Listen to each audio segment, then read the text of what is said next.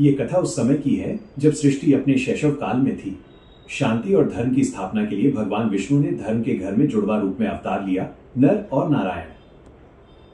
बद्रिकाश्रम का दिव्य तप, हिमालय की धवल चोटियों के बीच जहां अलकनंदा की कल-कल ध्वनि गूंजती है, वहां बद्रिकाश्रम में दो तेजस्वी तपस्वी विराजमान थे।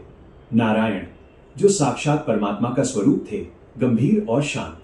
नर, जो जीवात्मा के प्रतीक थे, अर्जुन के पूर्व स्वरूप और नारायण के अनन्य साथी। दोनों के शरीर से एक दिव्य नीली आभा निकलती थी, जो बर्फ से ढके पहाड़ों को भी प्रकाशित कर देती थी। उनका तप इतना उग्र और पवित्र था कि इंद्र का सिंहासन डोलने लगा। इंद्र का अहंकार और अप्सराओं का आगमन। इंद्र को भय हुआ कि ये तपस्वी उनका स्वर्ग छीन लेंगे।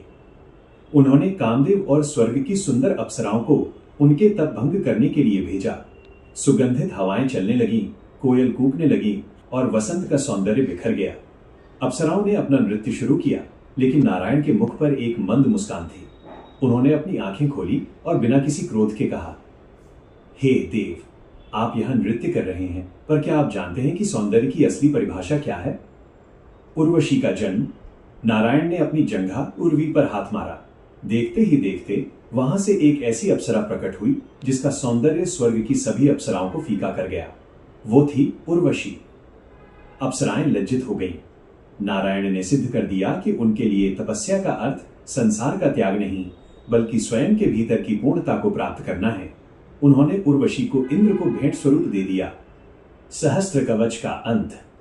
इसी अवतार के दौरान दंभोद्भव नामक असुर, जिसके पास 1000 कवच थे, का वध करने के लिए नर और नारायण ने बारी बारी से युद्ध किया। 1. जब नर युद्ध करते तो नारायण तपस्या से उन्हें शक्ति देते। 2. जब नारायण युद्ध करते तो नर तप करते। हजारों वर्षों के इस अनूठे संतुलन से उन्होंने अधर्म का नाश किया। यही जोड़ी द्वापर युग में कृष्ण और अर्जुन के रूप में पुनः अवतरित हुई।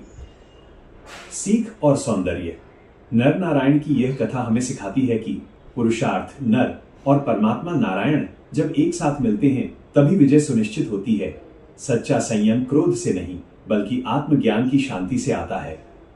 आज भी मान्यता है कि बद्रीनाथ धाम में भगवान नारायण अदृश्य रूप में मानवता के कल्याण के लिए तपस्या कर रहे हैं।